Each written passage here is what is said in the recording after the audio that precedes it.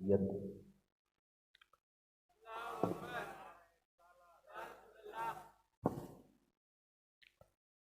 हुजूर अल्लामा अलहाज शाह इमरान रज़ा खां साहब किबला अलमारूफ सिमनानी मियाँ बरेली शरीफ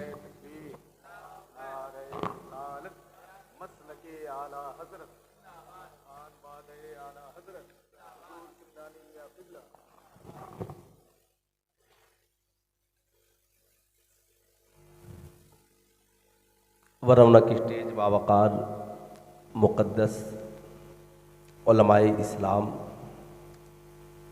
जुमला उश्शाक़ान मुस्तफ़ा अलैहि सलातो वस्सलाम, अस्सलामु अलैकुम व रहमतुल्लाहि ताला व बरकातुहू। अल्हम्दुलिल्लाहि वलिय्यिही वस्सलातो वस्सलामु अला नबिय्यिही, अम्मा बाद, फ़ऊज़ु बिल्लाहि मिनश शैतानिर रजीम, बिस्मिल्लाहिर रहमानिर रहीम। क़ालल्लाहु तआला फ़िल क़ुरआनिल मजीद वल फ़ुरक़ानिल हमीद, युअल्लिमुल किताब वल हिकमह,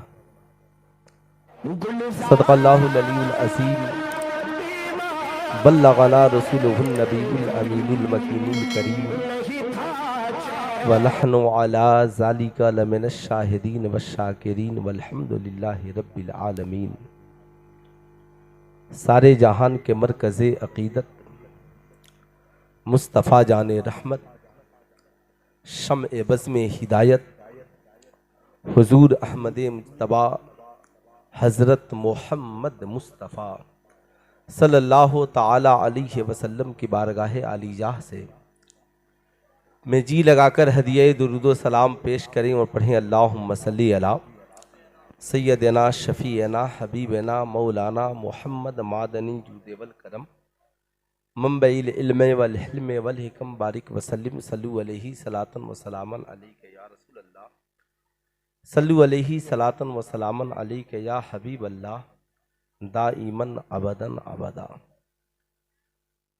हमारी और आपकी ये मुश्तरका खुश नसीबी है कि आज की शब उस अजीमुशान बारगाह में खिराजी अकीदत पेश करने के लिए हाजिर हैं, जिनके दरबारे गुहरबार से पूरे भारत को इस्लाम भी नसीब हुआ और ईमान भी नसीब हुआ। हिंद के हस्सान, सुन्नियत की जान, मुहाफिज़े ईमान, मुतरज्जिमुल कुरान, साहबे कंजुल ईमान, जिनका है हम सब पर एहसान, जिन्होंने बचाया है हमारा ईमान, जिन्हें हम सब कहते हैं बरेली के अहमद रज़ा ख़ान। यूं मदसरा होते हैं या रसूल अल्लाह, तेरे ग़ुलामों का नक्शे कदम है राहे खुदा, तेरे ग़ुलामों का नक्शे कदम है राहे खुदा। वो क्या बहक सके जो ये, वो क्या बहक सके जो ये सुराग लेके चले, वो क्या बहक सके जो ये सुराग लेके चले। जब लोग बरेली शरीफ से लौटते हैं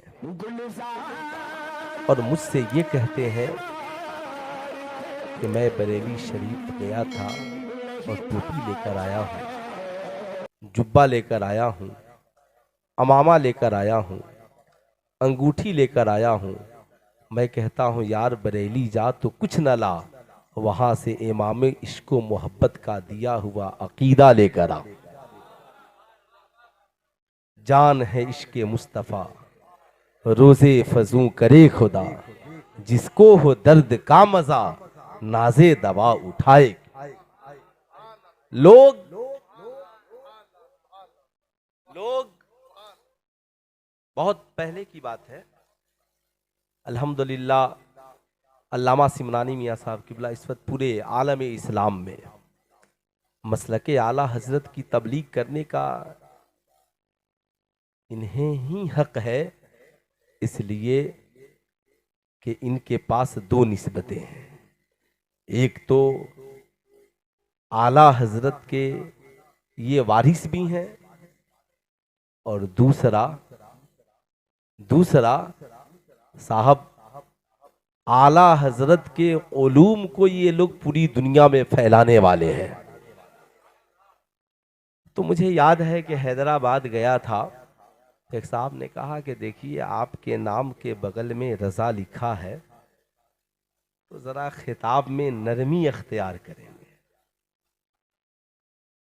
तो मैंने कहा हाँ, जब तक किसी का सिक्का नहीं चलता है वो रजा के नाम पर सिक्का चलाता है, और जब चल जाता है ना तब कहता है कि थोड़ा सख्त है, थोड़ा सख्त है। तो साहब ये मेरे इमाम हैं जिन्होंने पूरी दुनिया को क्या नहीं दिया मेरे इमाम ने। लोग किताबों में पढ़कर बताते हैं हुजूर जिंदा है, लोग हदीसों में पढ़कर बताते हैं हुजूर जिंदा है, मगर मेरा रजा वो है जो पढ़कर भी बताता है हुजूर जिंदा है, और मदीने शरीफ में देखकर भी बताता है हुजूर हुजूर तू जिंदा है वल्ला। पूरा मजमा बोले तू जिंदा है वल्ला, तू जिंदा है वल्ला, मेरी चश्मे आलम से छिप जाने वाले है ना। साहिबों मैं तो कहता हूं ना, रजा वाले हो जाओ, टेंशन नहीं रहेगा दुनिया में भी और मरने के बाद भी, दुनिया में भी और मरने के। असल में आला हजरत को लोगों ने सही से समझा नहीं, समझ लेते ना तो आज न तेरी बेटियां बेहया होती, न आज तुम्हारी औलादी शराब खाने में जाती। सिर्फ अहमद रजा को समझ लेते या पढ़ लेते तो ईमान भी बचा होता और अमल में भी अच्छे होते। यहूदियों की बहुत बड़ी साजिश, मुसलमानों को रोका कैसे जाए, रोकना बहुत जरूरी है। पूरी दुनिया पे आहिस्ता आहिस्ता आहिस्ता आहिस्ता साहब इस्लाम काबिज होता जा रहा, रोका कैसे जाए। कहा रोकना इतना आसान नहीं है। कहा फिर रोके कैसे। कहा मुसलमानों को कैसे रोकोगे, इनके पास दो चीजें ऐसी हैं कि जब तक ये इनके पास हैं तुम इन्हें रोक नहीं सकते। पूछा क्या। कहा एक कुरान और दूसरा नबी का किरदार। ख्वाजा गरीब नवाज भारत में आए तो दो चीजें लेकर आए। थोड़ा इसको कम कर दो भाई, हम लोग शायर नहीं न है। एक हाथ में कुरान है, एक हाथ में, और दूसरे हाथ में सरकार की सीरत है। पढ़ा लिखा आता तो गरीब नवाज कुरान सुना देते। आप पढ़ें, जब बड़े बड़े उनके धार्मिक गुरु जब अपनी किताबों को पढ़ते तो मेरे ख्वाजा कुरान की तिलावत शुरू कर देते, और समाज का कोई दबा कुचला आता तो सरकार की सुन्नत दिखा देते। अब कोई सरकार की सुन्नत देखकर इस्लाम कबूल कर रहा है, कोई कुरान की तिलावत सुनकर इस्लाम कबूल कर रहा है। ऐसा तो नहीं कि कुरान बदल गया है। अरे बोले कुरान बदल गया क्या, आज भी तो वही कुरान है कि नहीं है। आज बात जब उर्दू की आती है ना तो बड़ा अफसोस होता है इस मुल्क में। जब बात उर्दू की आती है तो लोग डॉक्टर इकबाल का नाम लेते हैं, बात उर्दू की आती है मिर्जा गालिब का नाम लेते हैं, बात उर्दू की आती है मीर तकी मीर का नाम लेते हैं, बात उर्दू की आती है बड़े बड़े गजलिया मुशायरे के शायरों का नाम लेते हैं।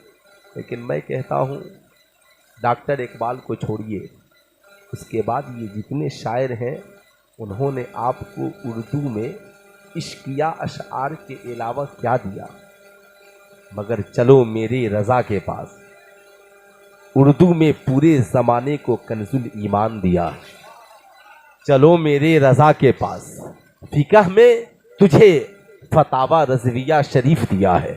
चलो मेरे रज़ा के पास, इमाम को छोड़ो, उनके शागिर्द हुजूर सदरुल शरिया ने पैदाइश से लेकर मौत तक कामयाब जिंदगी गुजारने के फार्मूले के तौर पर तुझे बहारे शरीयत जैसी इंसाइक्लोपीडिया दिया है। मैं पूछना चाहता हूं, बता नबी की नाते तुझे उर्दू में पढ़ना किसने सिखाया? बता ईमानदारी से, जब बात उर्दू की आई तो आज तुम्हारी नस्लों को उर्दू सिखाने का काम किसने किया? मैं हमेशा कहता हूं, गजलिया मुशायरे कराकर 1.5 लाख 2-2 लाख शायर और शायरा को देकर बुलाने वालों, उर्दू को जिंदा उन शायरों ने नहीं किया, बल्कि टूटी चटाई पे बैठकर मस्जिद में पढ़ाने वाले तुम्हारी कौम के इमामों और आलिमों ने जिंदा किया है। लेकिन आज अफसोस आपको भी होना चाहिए जैसे मुझे हो रहा है। आज उर्दू को जिंदा उन्होंने किया, मगर आज बात जब उर्दू की आती है तो गजल गाने वालों को लाया जाता है। कितनी किताबें उर्दू में उन्होंने दी हैं, एक दी होंगी, मगर मेरे रजा के पास चलो, कई हजार किताबें सिर्फ रजा के नाम पे छपी हुई तुझे मिलेंगी।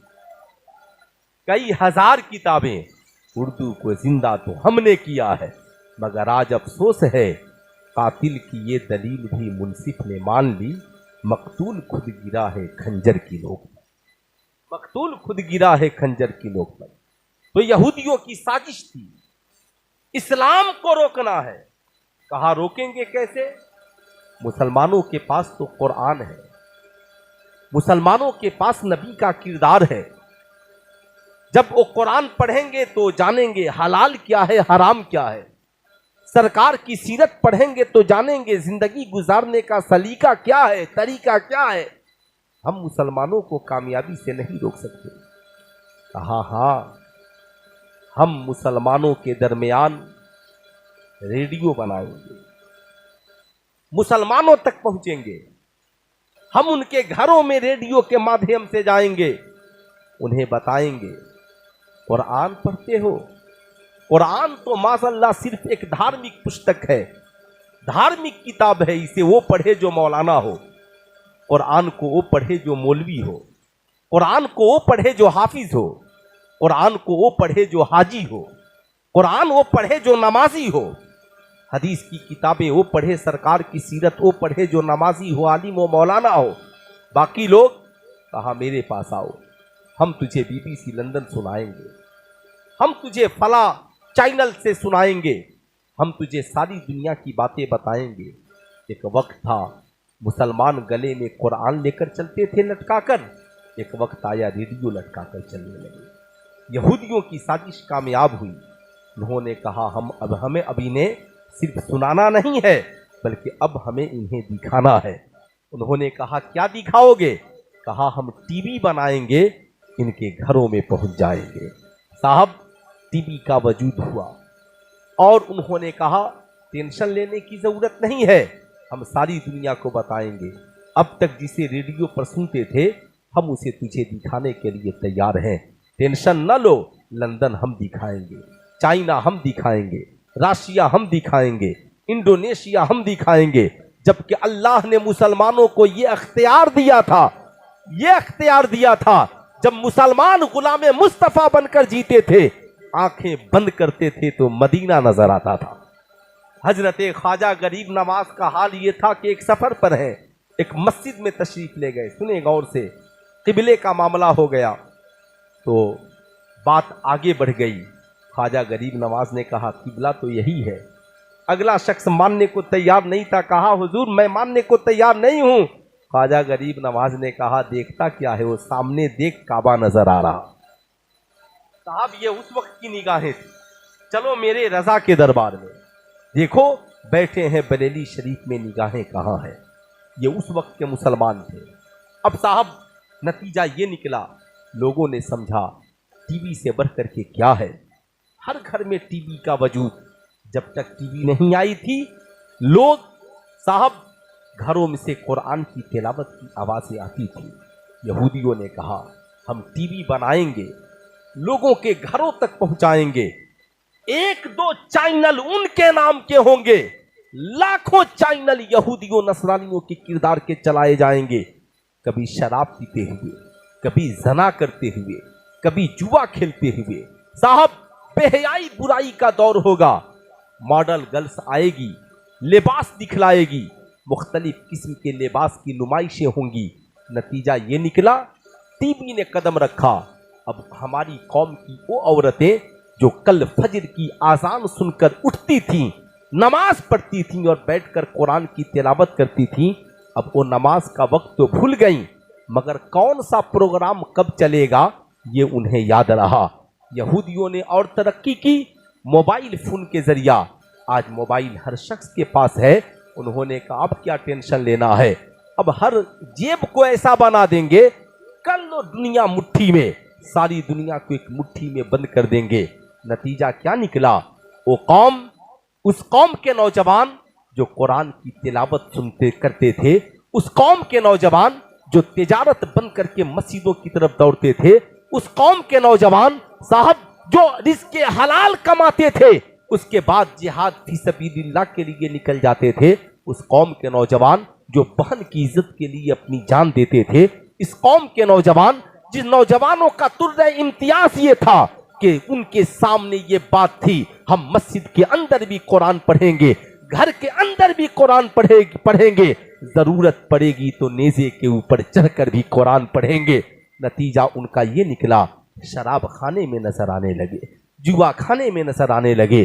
बेटियां कहने लगी हमें ये लिबास पसंद नहीं, हमें ये दुपट्टा पसंद नहीं।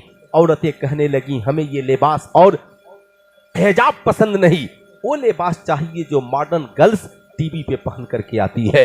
नौजवान कहने लगे हमें ये दाढ़ी वाली माज़अल्लाह सूरत पसंद नहीं, हमें वो फ्रेंच कट दाढ़ी चाहिए जो टीवी पे एक एक्टर रख करके आता है, हमें वो लिबास चाहिए।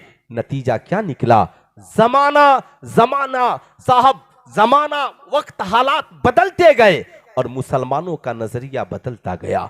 ऐसा बदला हर घर में टीवी ने कदम रखा। आज कुरान जुज़दान में बंद है। बेटियां शादी के बाद अपने ससुराल कुरान लेकर जाती हैं। मुसलमान कुरान रखने वाले बने मगर कुरान पढ़ना भूल गए। टीवी हर घर में मौजूद, हर घर में चालू, बड़ा बहुत तरक्की याफ्ता जमाना, मगर करम है बरेली के उस अहमद रजा का जिसने आज से 100 साल पहले बरेली शरीफ की टूटी हुई चटाई पे बैठकर जमाने के सामने ये फतवा दिया, टीवी देखना कल भी हराम था और आज भी हराम है। अगर पूरी दुनिया के मुसलमान आला हजरत के सिर्फ एक फतवे को मान लिए होते तो आज किसी की बेटियां बेहया नहीं होती, आज किसी का बेटा शराबी नहीं होता, आज किसी का बेटा जुआरी नहीं होता, हमारी इज्जत की धज्जियां नहीं उड़ती, हमारे घर में बेगैरती का चोला नहीं पहना जाता। साहब हमारे बच्चे नाचने वाले और आवारा किस्म के नहीं होते। हमने सिर्फ बरेली के अहमद रजा की एक बात को मान लिया होता। इसलिए मैं कहूंगा जल्द से भी कराओ, नारे भी लगाओ और बरेली के अहमद रजा के नक्शे कदम पे चल के भी दिखाओ। मगर आज हम जहां पर जीवित हैं और जिंदा हैं, बुरा मत मानिएगा, मेरी बात का गौर से सुनिएगा।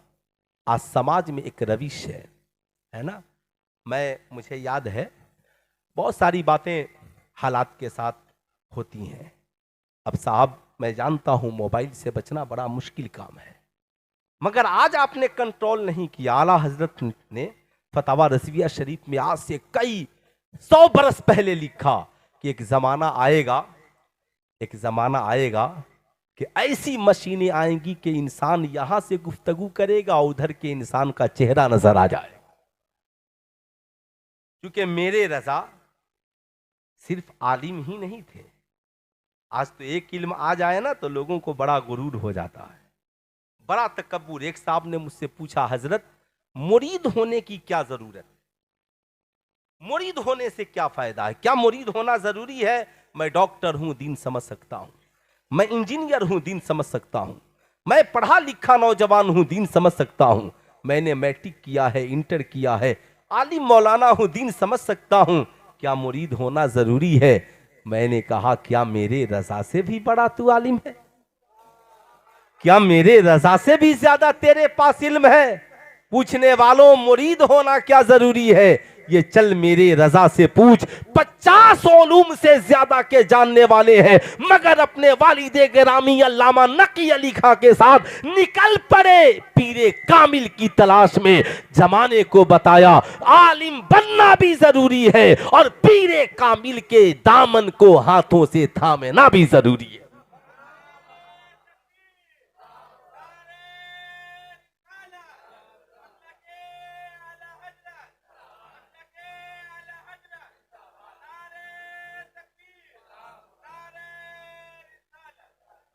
देखिए, प्रॉब्लम ये नहीं है। असल में इंसान आजकल सिर्फ अपनी मकसद के लिए काम करता है। समझ रहे हैं मेरी बात? अपनी मकसद के लिए, अपने मकसद के लिए। मुरीद भी होता है ना, तो पूरे इलाके में चर्चा, आला हजरत के खानवादे के शहजादे आए हैं, आला हजरत की नस्ल वाले आए हैं, बरेली शरीफ से पीर साहब आए हैं, चलो मुरीद हो जाओ। और आजकल इस स्टेज पर ऐसे खतीबों की भी कमी नहीं है जो सिर्फ यही सुनाते हैं कि मेरे गौस ने मुर्दे को जिंदा कर दिया। मेरे गौस ने बेशक मुर्दे को जिंदा कर दिया। अब आने वाला यह समझता है कि मैं जिससे मुरीद हो जाऊं वो भी वही करे जो सरकारे गौस ने किया है। तो मैं कहूंगा, ना, ये भूल जा। मेरे इमाम ने कहा, वाह क्या मर्तबा ए गौस है बाला तेरा, ऊंचे ऊंचों के सरों से है कदम आला तेरा, सर भला कोई क्या जाने है कैसा तेरा, औलिया मलते हैं आंखें वो है तलवा तेरा। तुमने सिर्फ ख्वाजा गरीब नवाज की चौखट को देखा है, लेकिन ये भूल गए। आज आए, आज मुरीद हुए, सिलसिले रज़विया में दाखिल हुए। अल्लामा सिमनानी मियां ने कहा, कहो मैंने अपना हाथ गौसे आजम के हाथ में दिया, दे दिया।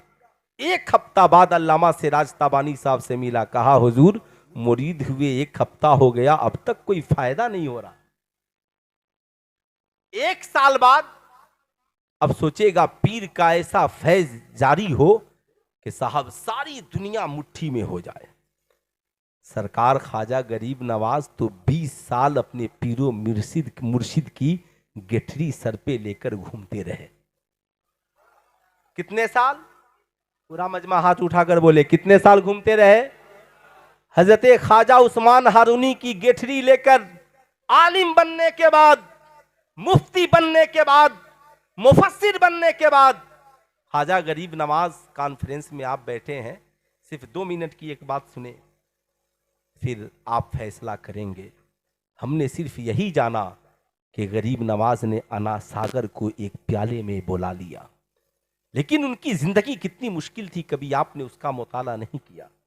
हजरत ख्वाजा गरीब नवाज इल्मे तफसीर पढ़ने के लिए अपने जमाने के सबसे बड़े मुफस्सिर की बारगाह में पहुंचे। सुने, सबसे बड़े मुफस्सिर की बारगाह में गए, कहा हुजूर मैं इल्मे तफसीर पढ़ने के लिए आया हूं। कहा शहजादे आप आ तो गए, मगर मेरे पास वक्त नहीं है। मकतबे इश्क का दस्तूर निराला देखा, उसको छुट्टी न मिली जिसको सबक याद रहा, उसको छुट्टी न मिली जिसको सबक याद रहा। उठाए, हुजूर मलिकुल उलमा लिखते हैं कि 3 नौजवान लड़के देवबंद से बरेली शरीफ पढ़ने के लिए आए। कहां आए? देवबंद से बरेली शरीफ। साहब आ गए, वहां पे आला हजरत के एक अजीज से उनकी पहले मुलाकात हुई। कहा हम लोग इमाम अहमद रजा खां से मिलना चाहते हैं, उनकी दरसगाह में पढ़ना चाहते हैं। कहा आप लोग आए कहां से हैं? कहा हम लोग देवबंद से आए हैं। उन्हें हैरानी हुई, कहा आप लोग देवबंद से यहां आए हैं, वहां तो मेरे रजा की शिकायतें होती होंगी। कहा हां, शिकायतें तो हर घंटी में होती थी। कहा तो फिर आप लोग आए कैसे? कहा शिकायतें होती थीं, मगर आखिर में फैसला यह होता था कि सारी बातें एक तरफ, मगर अहमद रजा के इल्म और कलम का जवाब नहीं है। रजा जो लिखता है उसका जवाब देने की किसी के अंदर हिम्मत और ताकत नहीं है। ये इश्क है। अब सुने साहब, इस कलम में ताकत दरबारे गौस से है। इस कलम में ताकत दरबारे गौस से है। अब सुने, जानना बहुत जरूरी है। ये तो हजरत ख्वाजा गरीब नवाज इल्म तफसीर पढ़ने के लिए पहुंचे। उस्ताद ने कहा वक्त नहीं है। कहा हुजूर कोई वक्त मुकर्रर फरमा दें। कहा क्या जो मैं वक्त मुकर्रर करूंगा आप उसे कबूल करेंगे? कहा हुजूर आपका हुक्म सर आंखों पर। कहा मेरे पास सिर्फ एक वक्त है। कहा हुजूर वो कौन सा? कहा रात में नमाज़े तहज्जुद के बाद मैं इल्मे तफसीर पढ़ा सकता हूं। क्या आप पढ़ने के लिए तैयार हैं? नमाज़े तहज्जुद आप लोग समझते हैं ना? है माशाअल्लाह, बहुत नेक लोग हैं। ये तो वही समझेगा जो नमाजी होगा। 5 नमाजों के बाद जो छठी नमाज रात में एक नींद सोकर फिर उठने के बाद पढ़ी जाती है, उसे नमाज़े तहज्जुद पढ़ते हैं। उम्मत 5 वक्त की नमाज पढ़ती है, मुस्तफा 6 वक्त की नमाजें पढ़ते हैं। अल्लाह वाले रात की तन्हाई में जो नमाज पढ़ते हैं उसे नमाज़े तहज्जुद कहते हैं। ख्वाजा खाजगा ने कहा हुजूर मंजूर है। सुने क्या कहा? आज का कोई नौजवान होता तो कहता हजरत आप अपना इदारा रखिए, दारुल उलूम रखिए, अपना दारुल इफ्ता रखिए, आप बहुत बड़े आलिम मौलाना है, ठीक है मैं दूसरी जगह जाके पढ़ लूंगा। मैं ये रात की तन्हाई, मगर ख्वाजा खाजगा ने कहा मुझे मंजूर है।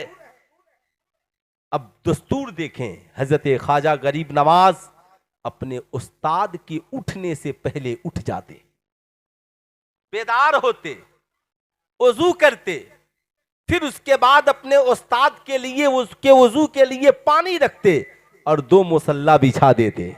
उनके उस्ताद उस वक्त के सबसे बड़े मुफस्सिर उठते, अल्लाह अल्लाह वजू फरमाते, नमाज पढ़ते। फिर उस्ताद एक तरफ नमाज़े तहज्जुद पढ़ रहा है, एक तरफ शागिर्द नमाज़े तहज्जुद पढ़ रहा है। रात की तन्हाई में उस्ताद इल्मे तफसीर पढ़ा रहा है और हजरत ख्वाजा गरीब नवाज इल्मे तफसीर पढ़ रहे हैं। ऐ मेरी कौम के शहजादों, आज के इस जलसे से पैगाम लेकर जाओ। जिंदगी में याद रखना, इल्म के की जब बात आए ना तो तुम बेहतरीन VIP स्कूल न देखना, जब इल्म की बात आए बेहतरीन ग़िज़ा न देखना। अच्छा उस्ताद मिले, याद रखना उस्ताद देखना उस्ताद, इसलिए कि उस्ताद बेहतर है तो तुम्हारे लिए तालीम बेहतर है।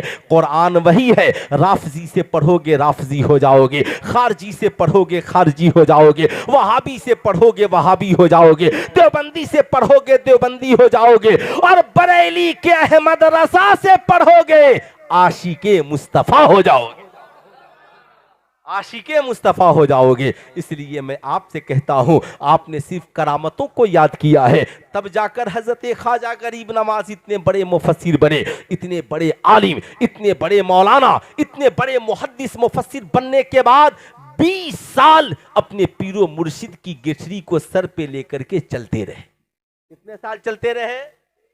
20 साल। हम लोग कितने साल लेकर चलते हैं? अरे बोलिए, हम लोग कितनी खिदमत करते हैं? पीर शहर में आ गया, मुरीद को मिलने की फुर्सत नहीं।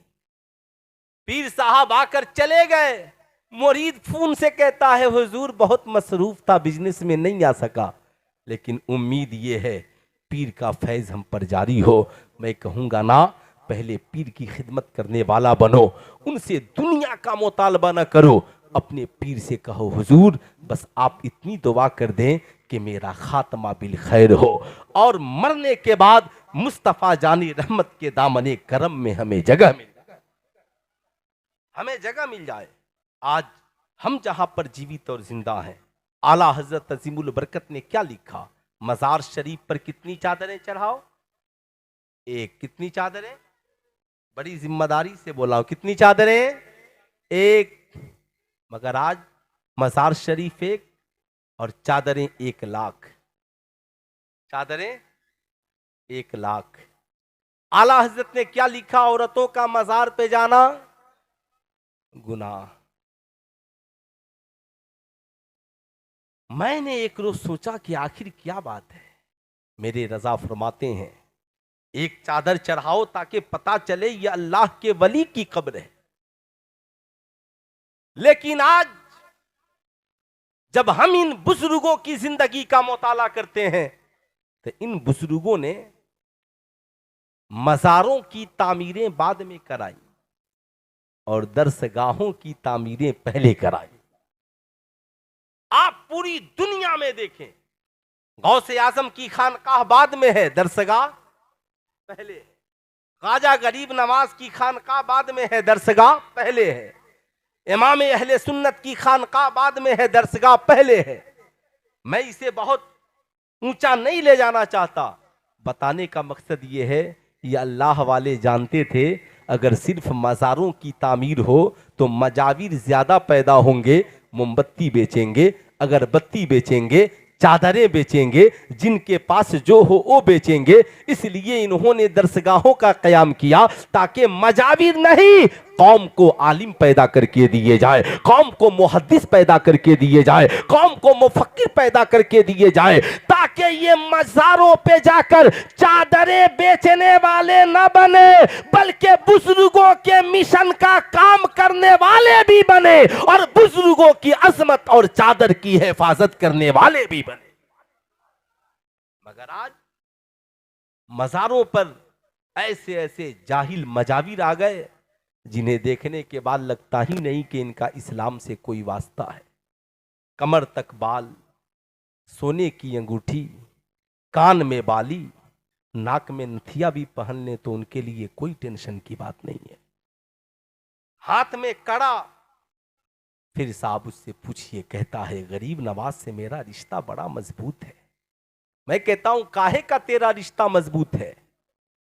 पहले यह था कि मजाविरों को देखकर लोग कहते थे जब मजाविर की सूरत इतनी अच्छी है तो साहबे मजार कितने अच्छे होंगे, साहबे मजार कितने अच्छे होंगे। इसलिए मैं कहता हूं गरीब नवाज की चौखट पे जाने वालों, आज के इन जाहिल मजाविरों को न देखना, देखना हो गरीब नवाज की सीरत को तो दिल्ली में हजरत ख्वाजा कुतुबुद्दीन बख्तियार काकी को देखना, उन्हें देखना। क्या कहा? मैं आपसे कहना चाहूंगा, मत चढ़ाओ इतनी चादरें, जाओ दुआएं मांग करके आओ।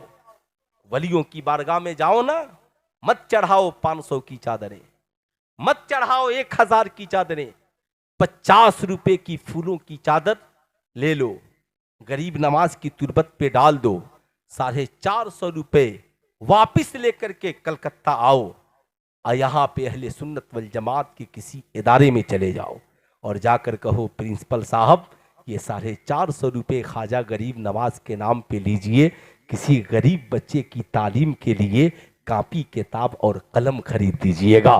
कसम खुदा की गरीब नवाज जितनी तुम्हारी चादर से खुश नहीं होंगे उससे ज्यादा तुम्हारी इस तबलीग से खुश होंगे।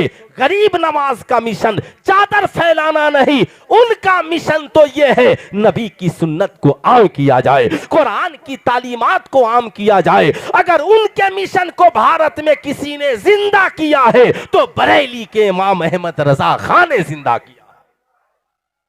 इसलिए मैं कहता हूं नहीं साहब, आप याद रखें, लोग चले जाते हैं मजार शरीफ पर, आने के बाद कहते हैं हजरत मैं तो चादरें भी हमने चढ़ा दी, मजार शरीफ पर हर साल हाजिरी भी देता हूं, लंगर भी कराता हूं हजरत, लेकिन बात मेरी बन नहीं रही है, बात मेरी बन नहीं रही है।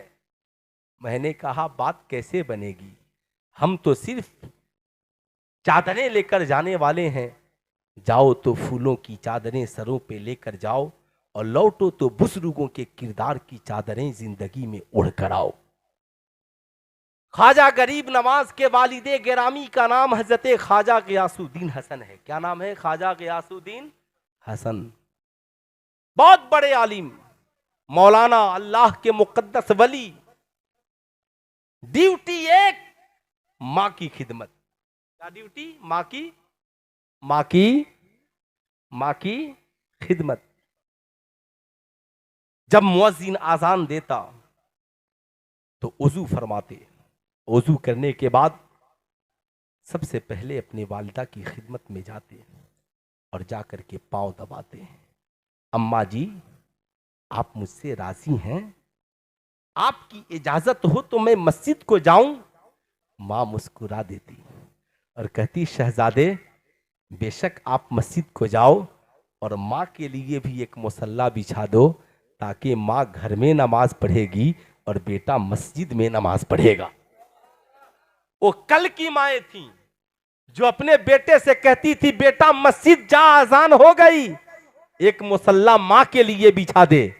क्या आज की भी कोई माँ ऐसी है जो अपने बेटे से कहती है, बेटे फजर की आजान हो गई उठ जा, बेटी फजर की आजान हो गई उठ जा? क्या कोई शौहर बीवी से कह सकता है आज कि मेरी बेगम शरीक हयात उठ जा, फजर की आजान हो गई?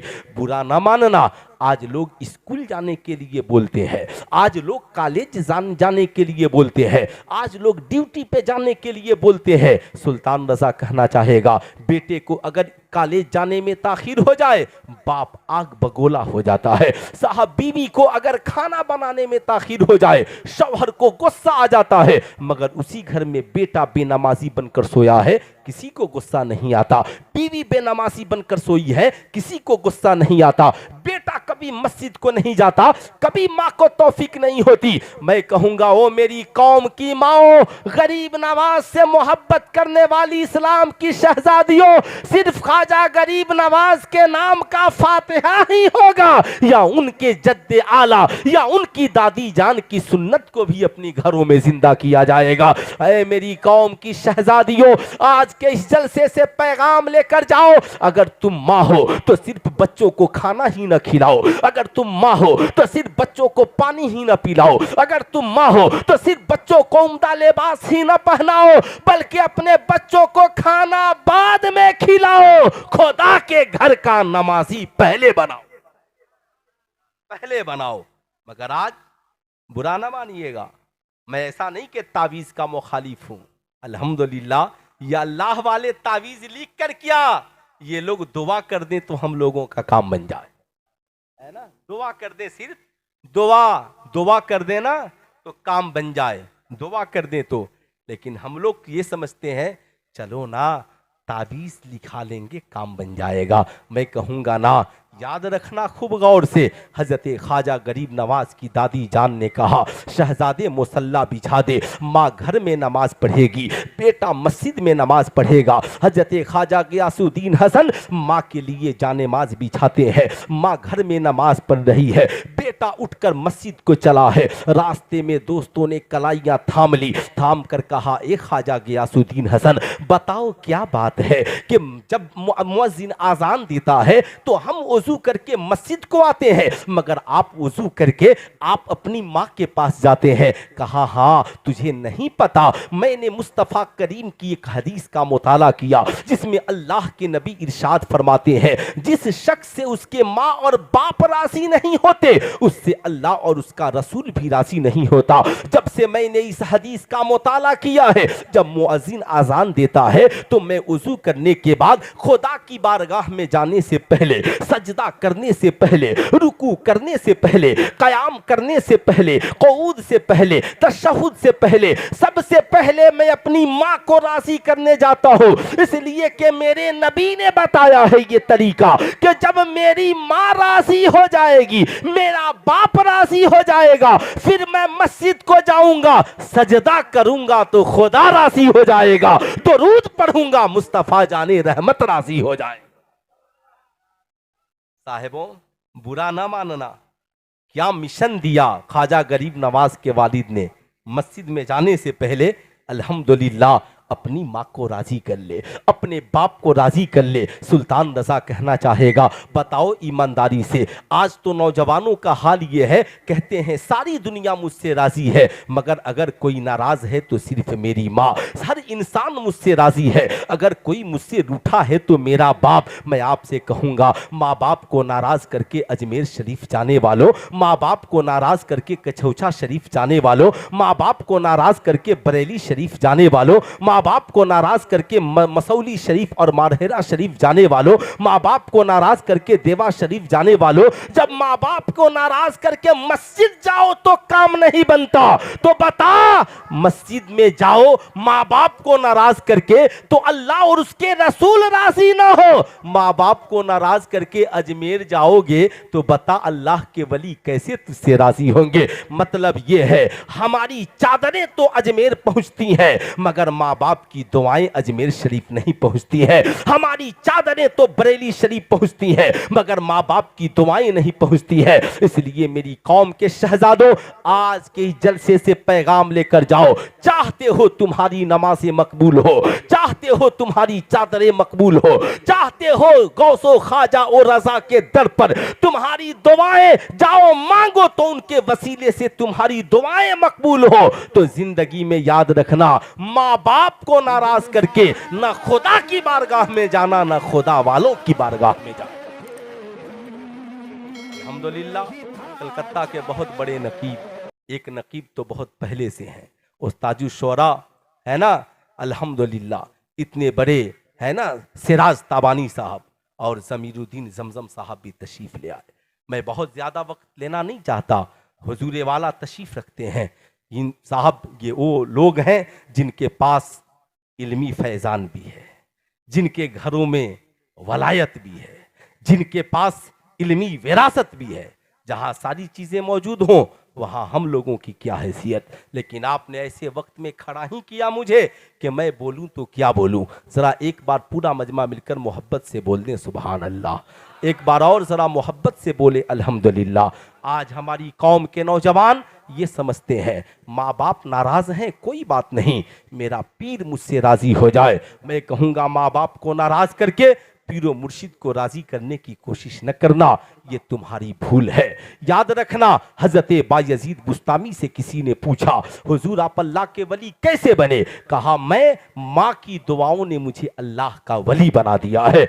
आज मार्केट में एक बुराई बहुत बड़ी है, दाग हुए के मीर हुए, सब एक ही जुल्फ के असीर हुए। आज समाज में ये बुराई इस कदर आम है, हर नौजवान पढ़ा लिखा या जाहिल जब कमाता है, जवानी की दहलीज पर पहुंचता है, ये समझता है कि मैं जो कमा रहा हूं ये मेरा है।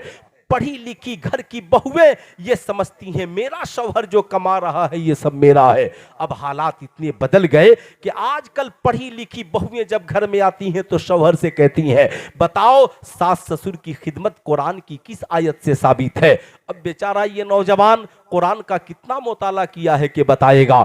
आज जब बात पर्दे की आती है, एक जगह मैंने तकरीर में कह दिया कि साहबों याद रखना, आज मज़ारों पर चादरें बढ़ गई हैं और बेटियों के सरों से दुपट्टा उतर गया है। याद रखें, बेटियों के सरों पे आपने अपनी औलादों को बुजुर्गों की तुरबत पे चादरें चढ़ाना सिखा दिया, मगर बेटियों के सरों पे दुपट्टा ओढ़ाना कौन सिखाएगा? साहब, अब एक बेटी थी, उसने अपने बाप से कहा, मैं आज हिजाब बांधकर कॉलेज में गई थी, मेरी सहेलियों ने मेरा बहुत मजाक उड़ाया। किस बात का मजाक उड़ाया? कहा, वो कह रही थी तुम ओल्ड मॉडल हो, पुराने ख्यालात की लड़की हो, पुराने जमाने की लड़की हो, ये बड़ा पुराना फैशन लेकर आई हो। हमें देखो, हम हर रोज न्यू फैशन का लिबास पहनते हैं, न्यू मॉडल का लिबास पहनते हैं, हमारे पास हर रोज नए नए लिबास हैं। बेचारा बाप मुरझाया हुआ मेरे पास फोन किया, कहा हजरत मेरी बेटी तो आज बहुत रो रही है। ऐसे ऐसे मामलात हैं। मैं कहता हूं इस्लाम की शहजादियों, घबराने की जरूरत नहीं है। जब तू इस्लाम पे अमल करेगी ना, शैतान गैरों के जरिया तुझे वर्गलाएगा, उन गैरों के जरिया तुझे वर्गलाएगा। टेंशन लेने की जरूरत नहीं है। कॉलेज की तेरी सहेलियां तुझे ओल्ड मॉडल कहती हैं, कहने दे। उन जालिमा लड़कियों से कहना ठीक है मैं ओल्ड मॉडल हूं, तुम बहुत न्यू फैशन वाली हो। कल के गरीब थे, जब कपड़ा फटता था तो पेवंद लगाकर पहनते थे। या आज के अमीर हैं जो पैसों से फटा हुआ कपड़ा खरीद कर पहनते हैं। जाकर कहना ओ न्यू मॉडल लड़कियों, ये जीन्स फाड़ कर चुस्त लिबास पहनकर अपना सीना और जिस्म जमाने को दिखाना तुझे मुबारक हो। और फटे हुए दुपट्टे में 72 पैबंद लगाकर अपने बालों की सियाही की हिफाजत करना सैयदा खातूने जन्नत की सुन्नत हम इस्लाम की बेटियों को मुबारक। ये पैगाम कौन देगा? बहुत अच्छा पैगाम था, किसी ने नारा नहीं लगाया। क्यों नारा नहीं लगाया? क्या ये पूछने की जरूरत है?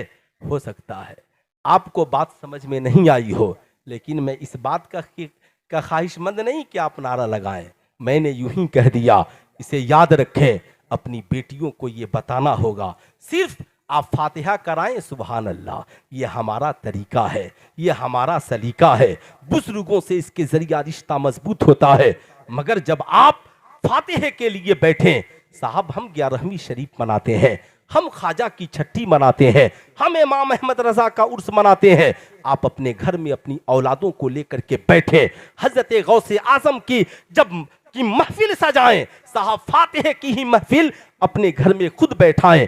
छोटे छोटे अपने बच्चों से कहें, वो मेरे शहजादों तुझे पता है आज हम जिस बड़े पीर दस्तगीर के नाम का फातिहा करने जा रहे हैं, उनकी शान ये है जमाना दुनिया में आकर कुरान पढ़ता है, उन्होंने माँ के पेट में ही कुरान याद कर लिया।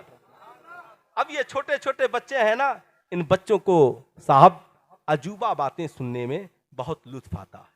ये बच्चे हैं छोटे छोटे, आजकल जितने छोटे बच्चे हैं ना, आप एक बार इनसे कहेंगे मछली जल की रानी है, जीवन इसका पानी है, फौरन सुनाने लगेंगे। लेकिन हमने अपनी औलादों को कभी नहीं बताया कि बेटा मछली और पानी का जो रिश्ता है कि अगर मछली को पानी से अलग कर दो तो मछली मर जाएगी। ये छोटे छोटे बच्चे जानते हैं।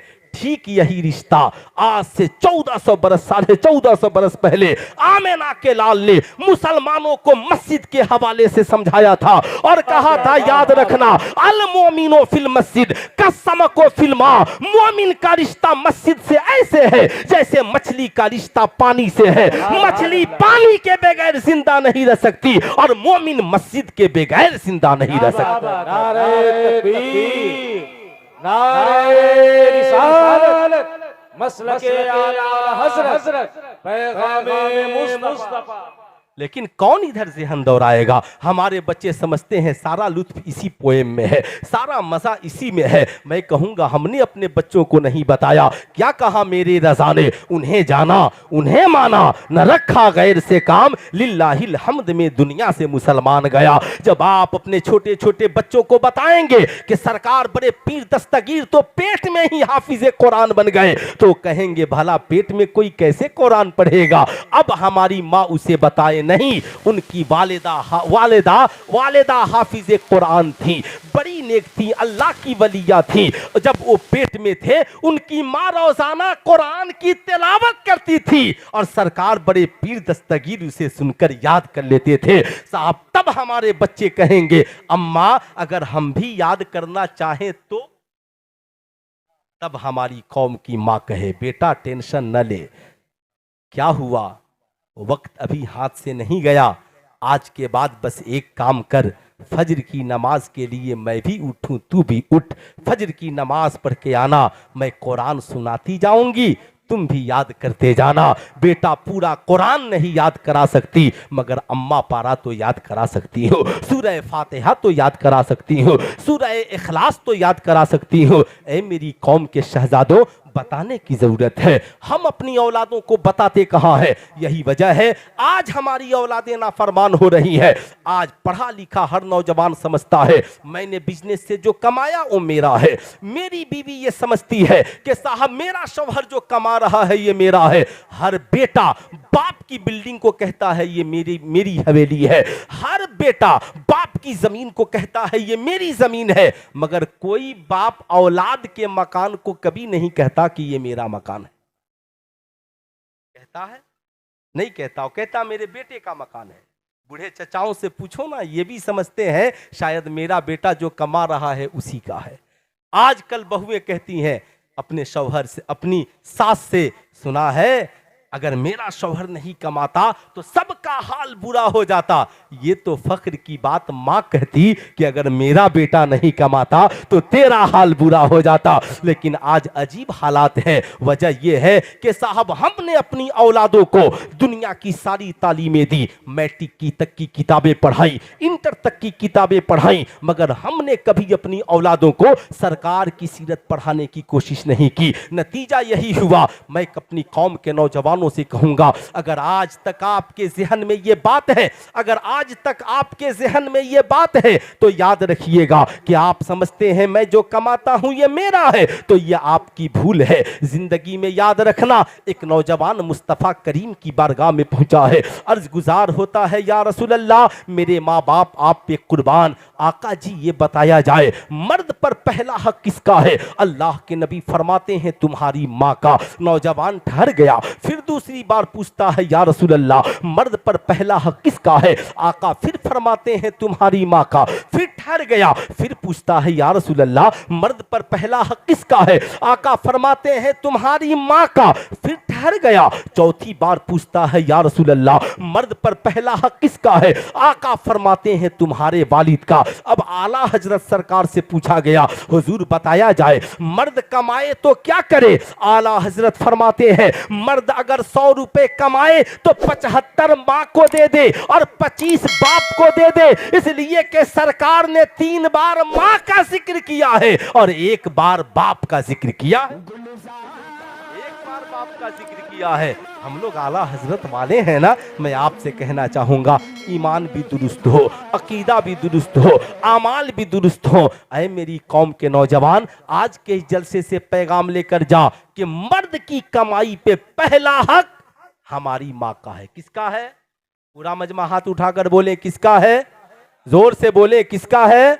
माँ का, फिर वालिद का। याद रखना। अब आला हजरत सरकार से पूछा गया हुजूर बताया जाए माँ का रुतबा बड़ा है या बाप का रुतबा? आला हजरत सरकार फरमाते हैं मोहब्बत माँ से ज्यादा करो और अदब बाप का ज्यादा करो, इसलिए कि बाप तेरा भी हाकिम है, तुम्हारी माँ का भी हाकिम है। ऐ मेरी कौम के शहजादों, मगर आज अफसोस है, आज हम कमाते हैं मगर हमने तो कभी माँ को नहीं पूछा, हमने तो कभी बाप को नहीं पूछा। रमजान का मुबारक महीना आता है, बूढ़ी माँ बेटे को फोन करती है, बेटा ईद आने वाली है, जरा कुछ पैसा भेज दे, तेरे अब्बा के लिए कुछ दवाइयां भी लेनी है, तेरी एक बहन गरीब है उसके घर कुछ तोहफे तोहफे भी भेजने हैं। आज का जालिम बेटा कहता है अम्मा फोन रख दे, फोन रख दे, अपनी बीवी बच्चों से बचेगा तब ना तेरे लिए भेजेंगे। सुल्तान रजा कहना चाहेगा अरे मेरी कौम के शहजादों, क्या तुम्हें यही तुमने यही तालीम हासिल किया है? नहीं नहीं, आज ज़हन को साफ करके जाना। जिंदगी में कभी ये न कहना अम्मा बचेगा तो हम तेरे लिए लेकर के तेरे लिए भेजेंगे। बता तेरी माँ ने रोटियां बनाई थी, क्या कभी तेरी माँ ने कहा था बेटा रोटियां बचेंगी तो तू खा लेना? तेरे बाप ने पैसा कमाया था, क्या कभी तेरे बाप ने कहा था बेटा तनख्वाह मिली है पहले मैं अपनी जरूरत पूरी करूंगा फिर बचेगा तो तू अपनी जरूरत पूरी करना? ना, बल्कि तेरी माँ ने कहा था बेटा खाना बन गया है, तू भागा फिरता था, माँ पकड़ के लाती थी, बेटा जितनी तबीयत है तू खा ले, जब तू खा लेगा बचेगा तो तेरी माँ खाएगी। तेरे बाप ने कहा था बेटा तनख्वाह मिल गई है, जा कॉलेज का फी भर दे, जाके ट्यूशन का फी भर दे, अपनी जरूरत की चीजें ले ले। तेरा बाप फटा हुआ कपड़ा पहनकर भी कंपनी में काम करने चला जाएगा, तेरे बाप को इस बात की फिक्र नहीं। तेरे बाप ने कहा था बेटा जो बनना है बन, डॉक्टर बनना चाहता है टेंशन ना ले, जब तक तेरा बाप जिंदा है जरूरत पड़ी तो जमीन बेचकर पढ़ाएगा। तेरी माँ ने कहा था जरूरत पड़ी तो मैं जेवरात गिरवी रखकर तुझे पढ़ाऊंगी। बेटा कदम पीछे न हटाना। यही वजह है कुरान ने कहा रब्बिरहमहुमा कमा रब्बयानी सगीरा। जब जाना तो दुआ यूं मांगना, मालिको मौला मेरे माँ बाप पे ऐसे रहम फरमा जैसे बचपन में उन्होंने मेरे ऊपर रहम फरमाया। अब कुरान सलीका दे रहा है कि जब माँ बाप के सामने जाना जवानी को याद न करना, अपनी ताकत के नशे में चूर न हो जाना। जब माँ बाप के सामने जाना अपने बचपन को याद करना। जब तू दुनिया में नंगे आया सबसे पहले जिसने तुझे कपड़ा पहनाया वो तेरी माँ है। जिसने सबसे पहले तुझे दूध पिलाया, तेरे मुंह में निवाला डाला वो तेरी माँ है। तेरे बाजुओं में ताकत नहीं थी, तेरी उंगलियां पकड़ के जिसने चलना सिखाया तुम्हारी माँ है। जब तुम बचपन को याद करेगा ना कि जब तू बेसहारा था उस वक्त तेरी माँ ने सहारा दिया है। जिसने पूरी जिंदगी की कमाई तेरी जवानी को, तेरी जिस्म को जवान करने के लिए कुर्बान कर दी वो तेरा बाप है। इसलिए जब माँ बाप के सामने जाना ना अपने बचपन को याद करना ताकि तेरे अंदर गुरूर पैदा ना हो, तेरे अंदर साहब घमंड पैदा ना हो, तेरे अंदर तकब्बुर पैदा ना हो। ऐ मेरी कौम के नौजवानों, आज हमारी जिंदगी में तबाही इसीलिए है। हम डॉक्टर हैं, इंजीनियर हैं, प्रोफेसर हैं, हो सकता है हम आलिम मौलाना मुफ्ती भी हो, बहुत बड़े बिजनेसमैन हो, लेकिन हमने अपनी जिंदगी में अगर माँ बाप का हक अदा नहीं किया, अपनी कमाई में माँ बाप को हिस्सा नहीं दिया, हमारी जिंदगी में कामयाबी नहीं मिलने वाली है। इसलिए मेरी कौम के शहजादों, आज के जलसे से पैगाम लेकर जाओ। दिल्ली रहना, मुंबई रहना, कलकत्ते में हो, सऊदी अरब चले जाना, जब तनख्वाह उठाना पहला फोन अपनी मां को करना। किसे करना? पूरा मजमा बोल दे, किसे करना? मां को। अम्मा तनख्वाह मिली है, बोल कितने पैसे की जरूरत है। मां मुस्कुरा देगी, कहेगी ठहरो तेरे अब्बा से पूछ लूं। जाएगी ना, पूछेगी, बाप मुस्कुराएगा, फख्र से सीना चौड़ा हो जाएगा, कहेगा सुनो मेरे बच्चे से कह दो कि पहले अपनी जरूरत पूरी कर ले, अपने बीवी बच्चों की जरूरत पूरी कर ले, फिर बच्चे तो हमारे लिए भेज दे। सारी दुनिया तुम्हारी कमाई खाकर सो जाती है, लोग तेरी दौलत पे अय्याशियां करते हैं, तेरे दोस्त तेरे पैसे की पार्टियां करके सो जाते हैं, मगर रात की तन्हाई में अगर कोई तेरे लिए आंचल फैलाता है तो तुम्हारी मां फैलाती है। रात की तन्हाई में कोई तेरे लिए दुआ के लिए हाथ उठाता है तो तुम्हारा बाप उठाता है। इसलिए मेरी कौम के शहजादों, मां बाप को फरामोश न करना। आज के बाद जाना कमाना तो सबसे पहले अपनी मां और बाप को खिलाना। कितने नौजवान हैं जो आज के बाद इस पे अमल करेंगे? जरा हाथ उठाकर बताएं तो कितने नौजवान हैं? माशाअल्लाह, मैं समझता हूं इतने ही नौजवान काफी हैं। अगर आपने इतना ही अमल कर लिया तो मैं समझूंगा मेरा आना वसूल हो गया, अराकीन जलसा का बुलाना वसूल हो गया।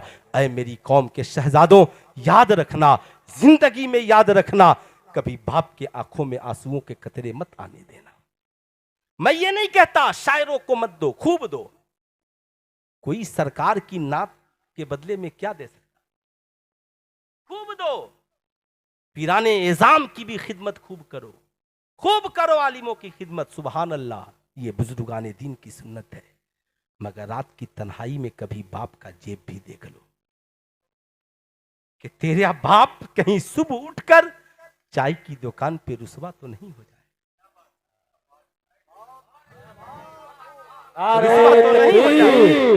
नारे रिसालत मसलके आला हजरत फैज़ाने गरीब नवाज अज़मते वालिदैन। खूब दो, जितना देते हो ना खूब दो, मगर कभी बूढ़ी मां के आंचल में भी जाकर कुछ पैसे डाल दो, डालो। जानते हो जिस दिन तूने ऐसा किया ना, तूने अपने बाप का जेब भर दिया ना, तेरा बाप एक दुआ कर देगा, फिर तेरी पूरी जिंदगी अमीरी से भर जाएगी। तेरी पूरी जिंदगी अमीरी से भर जाएगी। मेरी कौम के शहजादों, याद रखना, ऐसा ना हो कि सिर्फ हम जज्बात में बह जाएं, ना, जिंदगी को पाकीज़ा बनाओ। कैसे है वो नौजवान जो दुनिया में भी माँ बाप को तकलीफ देते हैं, सरकार को भी तकलीफ देते हैं, और मरने के बाद भी, है ना।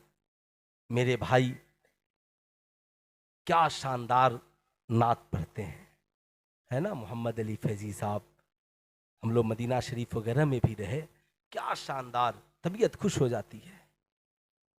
लेकिन सरकार के सामने हम कौन सी सूरत लेकर जाएंगे, कौन सा चेहरा लेकर जाएंगे। सरकार हमें देखते हैं कि नहीं देखते हैं? अरे बोले, देखते हैं कि नहीं देखते हैं? बता मेरी कौम का नौजवान, तू शराब पिए, मेरी कौम का नौजवान चरस, अफीम और गांजा पिए, याद रखना गोलियों से इंसान एक बार मरता है। किसी को गोली मार दो ना तो एक बार मरेगा, मगर हजरत अल्लामा सिमनानी मियां के अगर 100 मुरीद हैं, कोई आकर कह दे चुपके से कान में, हुजूर आपका मुरीद फला शराब खाने में मिला था, बता पीर के दिल पे क्या गुजरे।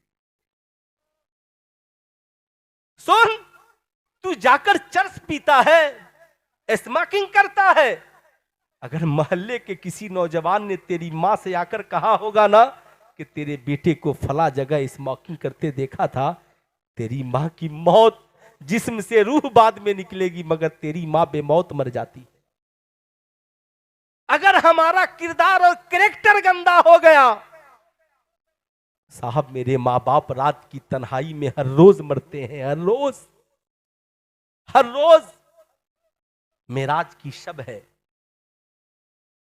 आका तशरीफ ले गए, जिब्रील अमीन ने प्याला पेश किया, आका ने दूध को पिया, शराब को ठुकरा दिया। मैं ये नहीं कहता कि वो शराबे तोहूरा था या कौन शराब था, मगर इमाम गजाली ने और अल्लामा अब्दुल मुस्तफा आजमी ने उसके बाद के जो जुमले नकल किए हैं वो ये हैं कि हुजूर आपने फितरत को अख्तियार किया है। अगर आप शराब पी लेते या अगर आप फितरत को अख्तियार न करते तो आपकी उम्मत गुमराह हो जाती। मेरी कौम के शहजादों, याद रखना, सरकार ने ठुकरा दिया। सरकार ने फरमाया, याद रखना, इस्लाम में शराब पीना कल भी हराम था और आज भी, जोर से बोले, आज भी हराम है। जगह जगह आप देखे होंगे सड़क किनारे, भारत में 1.5 लाख तलाकें सिर्फ इसलिए हुई कि उन औरतों के शौहर शराबी थे। सड़क पे किनारे किनारे तख्तियां लगी रहती हैं, शराब पीकर गाड़ी चलाना मना है ना। तख्तियां लगी रहती हैं, दिल्ली, मुंबई, कलकत्ता, सब जगह देखिए। क्यों साहब? इसलिए गाड़ी चलाने वाला शराब पिएगा, गाड़ी में बैठने वालों की जान चली जाएगी। ऐ मेरी कौम के नौजवान, अगर गाड़ी चलाने वाला शराबी हो जाए तो गाड़ी में बैठने वाले की जान को खतरा है। अगर मेरी कौम का नौजवान शराबी हो जाए तो इस कौम के लिए खतरा है। याद रखना, अगर घर का नौजवान शराबी हो जाए तो फिर माँ का क्या होगा, बाप का क्या होगा, भाई बहन का क्या होगा, पड़ोस रिश्तेदारों का क्या होगा। ऐ मेरी कौम के नौजवानों, आज के इस जलसे से इरादा करके जाओ। तुम बड़ी वीआईपी पार्टियों में जाते हो, दोस्तों के बर्थडे पार्टियों में जाते हो, एनुअल फंक्शन में जाते हो, शादी की सालगिरह मनाते हो। माशअल्लाह, तेरा अगर कोई साथी तुझसे कहता है चल आज शराब की पार्टी करते हैं, कहना ना ना ना, मैं दूध पी सकता हूँ, मैं शहद पी सकता हूँ, मैं शरबत पी सकता हूँ, मैं बिरयानी मुर्ग मुसल्लम खा सकता हूँ, मैं चाय पी सकता हूँ, मगर जिंदगी में कभी शराब नहीं पी सकता। कहेगा क्यों? तुझे मेरी दोस्ती का वास्ता, कहना तू मेरा दोस्त बाद में है, मैं मुस्तफा जाने रहमत का गुलाम पहले हूँ। मेरे आका ने आज से 1450 बरस पहले मना फरमाया, इस्लाम में शराब पीना कल भी हराम था और शराब पीना आज भी। क्यों? इसलिए कि शराब तमाम बुराइयों की जड़ है, इसलिए शराब न पीना, चरस न पीना, अफीम न पीना, गांजा न पीना, स्मोकिंग न करना। आजकल नौजवानों का स्टाइल चला हुआ है, एक हाथ में सिगरेट, एक हाथ में पेप्सी कोको कोला, एक हाथ में सिगरेट, एक हाथ में चाय। मैं ये नहीं कहता कि सिगरेट पीना, समझ रहे हैं ना, सिगरेट पीना मना है, गुनाह है, नहीं, लेकिन मैं आपसे ये जरूर कहता हूं कि ये अदब के खिलाफ।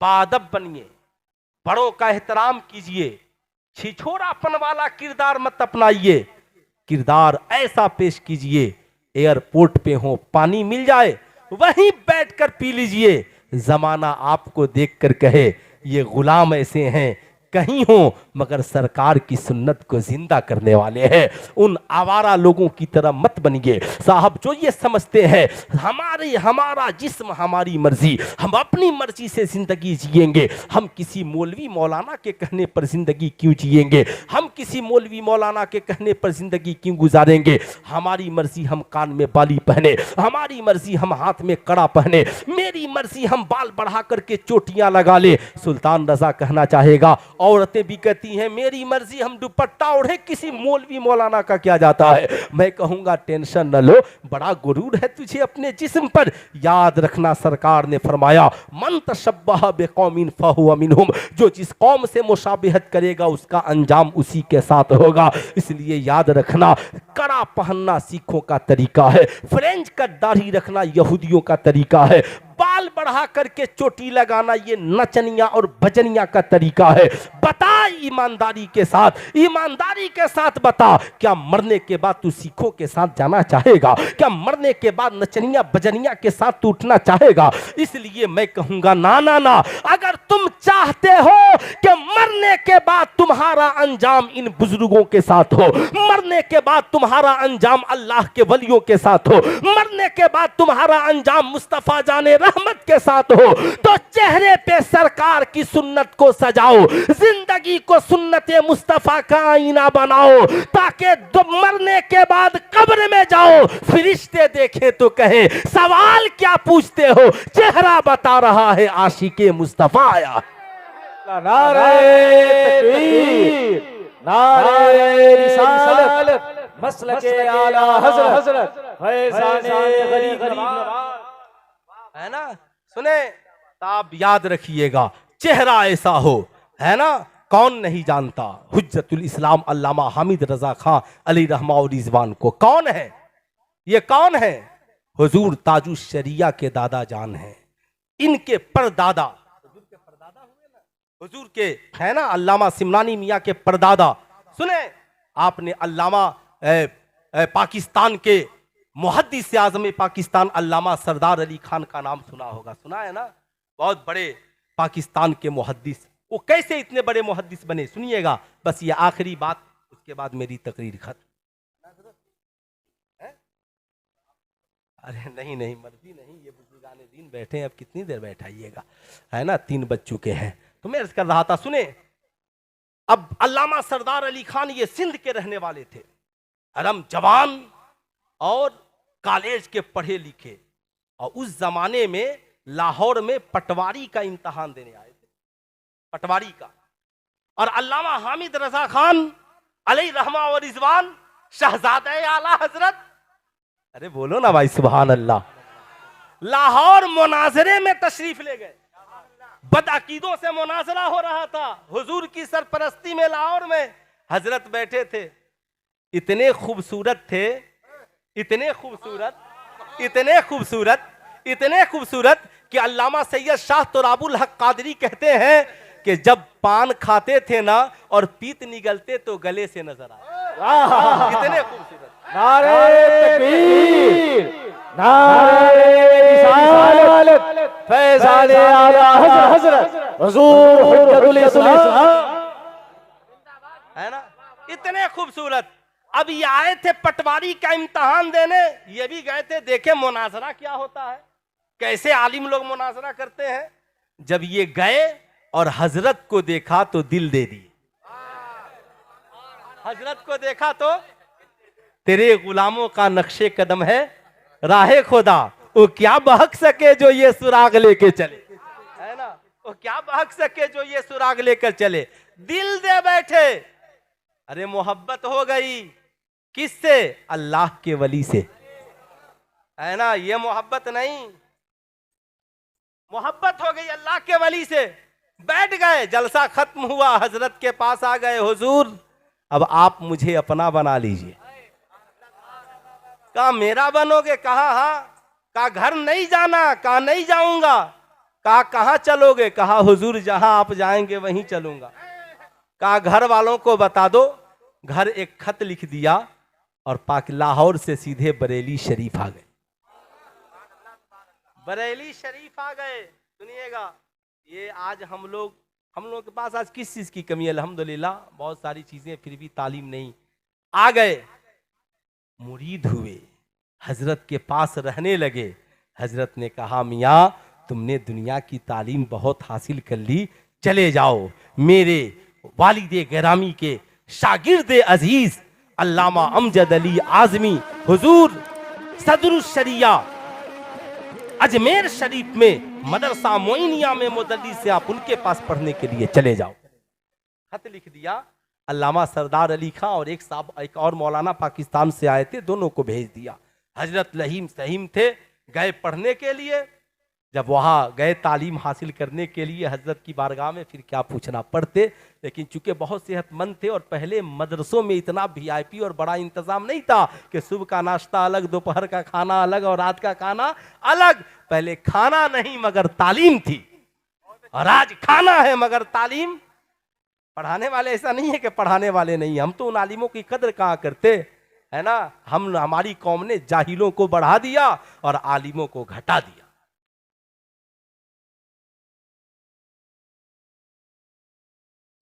बुरा मत मानिएगा, जो बुखारी पढ़ाता है उसकी आप कदर करते हैं, जो मुस्लिम पढ़ाता है आप उसकी इज्जत करते हैं, जो 5 वक्त की नमाज पढ़ाता है कभी आप उसकी कदर करते हैं। बुरा मत मानिएगा, खूब दीजिए, मैं किसी के खिलाफ नहीं। यार आप जलसे में जितना साल भर में लुटा देते हैं, मुझे लगता है जलसे में हम जितना खर्च करते हैं, सुभान अल्लाह, खूब कीजिए, अल्लाह और दे आपको, खर्च कीजिए। कभी इस हिसाब से इमाम की तनख्वाह भी तो बढ़ा दीजिए, कभी इस हिसाब से इमाम की तनख्वाह भी तो बढ़ा दीजिए, कभी बढ़ा तो दीजिए आप, है ना। अच्छा, आज मुअज्जिन का क्या बोले हुजूर, आज हाल ये है कि तनख्वाह इमाम की मुअज्जिन वाली, और मसला पूछने पहुंचेगा तो सोचेगा मुफ्ती आजम हिंद से मसला पूछ रहे हैं। एक साहब आए मुझसे, कहे दम इमाम जाहिल है। मैंने क्या हुआ भाई? कहा अभी उससे पूछे सलातो सलाम कुरान की किस आयत से साबित है? तो कह रहा पूछ कर बताएंगे, क्या पढ़ा है? मैंने कहा कितनी तनख्वाह देते हैं? बोला 5000। मैंने 5000 में तो मुअज्जिन भी नहीं मिलेगा, तो तनख्वाह मुअज्जिन वाली दीजिएगा और जाइएगा मसला इमाम आजम अबू हनीफा की तरफ पूछने के लिए, है ना। बुरा मत मानिएगा, याद रखिए मेरी बात को। जैसे जैसे आप इमामों और आलिमों और मदारिस इस्लामिया के मुदर्रिसीन और मदारिस को आप कमजोर कर रहे हैं, आने वाले दिन में आपका अंजाम अच्छा होने वाला नहीं है। कल यहां कोई अच्छी तरह तकरीर करने वाला भी नहीं मिलेगा। मेरी बात लिख के रख लीजिए, वही जाहिल लोग मिलेंगे जो रंडी नचाएंगे, ठीक है। इसलिए खबरदार, इस्लाह हो मगर होश के साथ हो। ये मिंबरे रसूल है, खूब होश के साथ मिंबरे रसूल है, इसका ख्याल रहे कि हम इसके बारे में क्या बोल रहे हैं, खूब ख्याल रहे। मेरे इमाम जब जाते थे ना तकरीर करने के लिए तो कहते मैं खतीब नहीं हूं, मुझे ये सब बयान करना अच्छा नहीं लगता। आप लोगों में किसी को कोई मसला नहीं मालूम हो तो मुझसे पूछिए, मैं उसे बताने के लिए आया। तो जब कोई सवाल करता तो मेरे इमाम सैयदी सरकार आला हजरत उस मसले पर 1.5 घंटा 2 घंटा खिताब किया करते, 1.5 घंटा। तो बात बहुत इधर उधर चली जाएगी, सुन लीजिए। अल्लामा सरदार अली खान मुहद्दिस आज़म पाकिस्तान कहाँ आए पढ़ने के लिए? अजमेर शरीफ। हुजूर सदरुस शरिया की बारगाह में गए। सुबह को 2 रोटी, दोपहर में हल्का चावल और रात को 2 रोटी, वो भी सुबह में कभी नसीब नहीं। तो जब 2 रोटी से, चूंकि बड़े लहीम सहीब जवान थे, पेट नहीं भरता, और यहाँ के लोग बड़े कमजोर होते, एक रोटी काफी हो जाती थी तो बाकी रोटियां बच्चे ले जाकर एक जगह रख देते। तो हजरत अपने साथी से कहते जाओ और साबरी बिस्किट उठा करके ले आओ। नाम क्या रखा था उस रोटी का? साबरी बिस्किट। उठाकर ले आओ, उसे खाकर अपने पेट को भरते। और जब अपने पीर की बारगाह से और अपने पीर के शहर से और भारत से पढ़ कर गए तो सिर्फ मुहद्दिस ही नहीं, पाकिस्तान के मुहद्दिस आज़म पाकिस्तान बन गए। ये किसका फैज? इसलिए मैं आपसे कहूंगा, याद रखें, आज घर घर में जो उर्दू जिंदा है, आज जो दीन जिंदा है, सुल्तान रजा की एक रात की तकरीर की वजह से नहीं, बल्कि आपके इन मसाजिद के इन उलमा, मस्जिद के मुअज्जिन, मदारिस इस्लामिया के ये मुदर्रिसीन जो आपके बच्चों को बुलाकर कायदा बगदादी से लेकर बुखारी शरीफ तक पढ़ा रहे हैं, कुरान तक पढ़ा रहे हैं। इसलिए मैं कहूंगा आप उन्हें न भूलें, वरना अंजाम यही होगा, बेटा जवान हो जाएगा और समझेगा मैं जो कमा रहा हूं ये मेरा है और मेरे बाप का कुछ नहीं है। अंजाम यही होगा।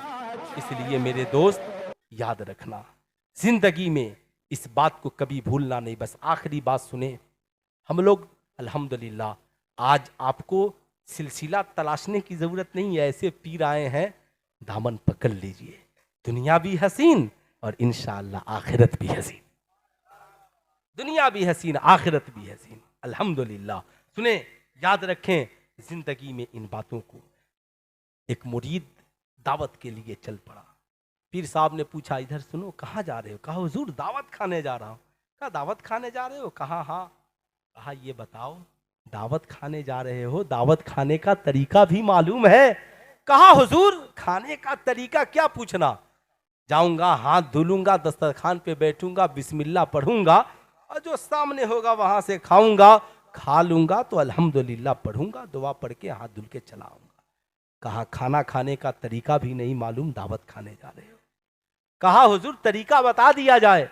कहा खाना खाने का तरीका यह है कि हाथ धुलने से पहले, बिस्मिल्लाह पढ़ने से पहले, दस्तरखान पे बैठने से पहले ये जानना जरूरी है मैं जो खाने जा रहा हूं ये हलाल का है या हराम का।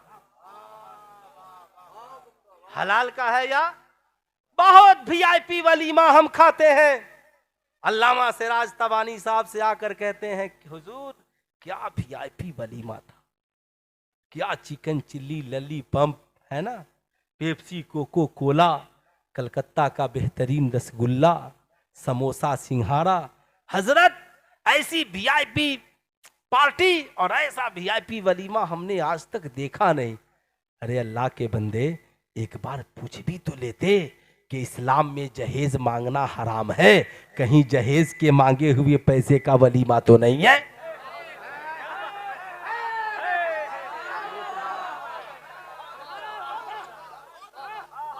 एक बार पूछ भी तो लेते, एक बार पूछ भी तो लेते। वलीमा सरकार की सुन्नत, मगर मुतालबे जहेज हराम, और मांगे हुए जहेज के पैसे से वलीमा खाना और खिलाना भी हराम। बुरा ना मानना। साहब 50 जोड़े कपड़े मांगते हो, बताओ ईमानदारी के साथ। लड़की वाला हर यही चाहता है कि एक लड़के का जोड़ा, एक बाप का जोड़ा, एक माँ का जोड़ा, एक दो भाई बहन का, मगर तुमने पूरा खानदान लिखवा दिया।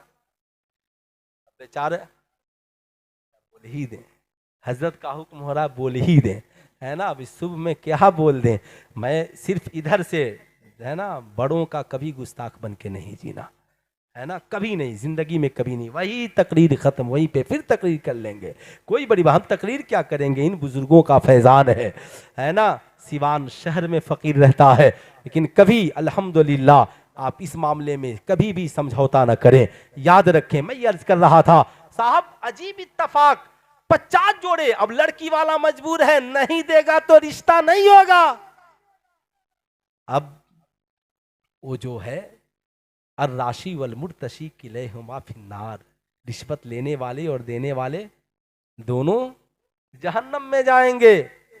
लेकिन अज़ ज़रूरातो तोबीहुल महज़ूरात, लड़की वाले के लिए तो जरूरत है, नहीं देगा तो रिश्ता नहीं होगा, मजबूरी में दे रहा है।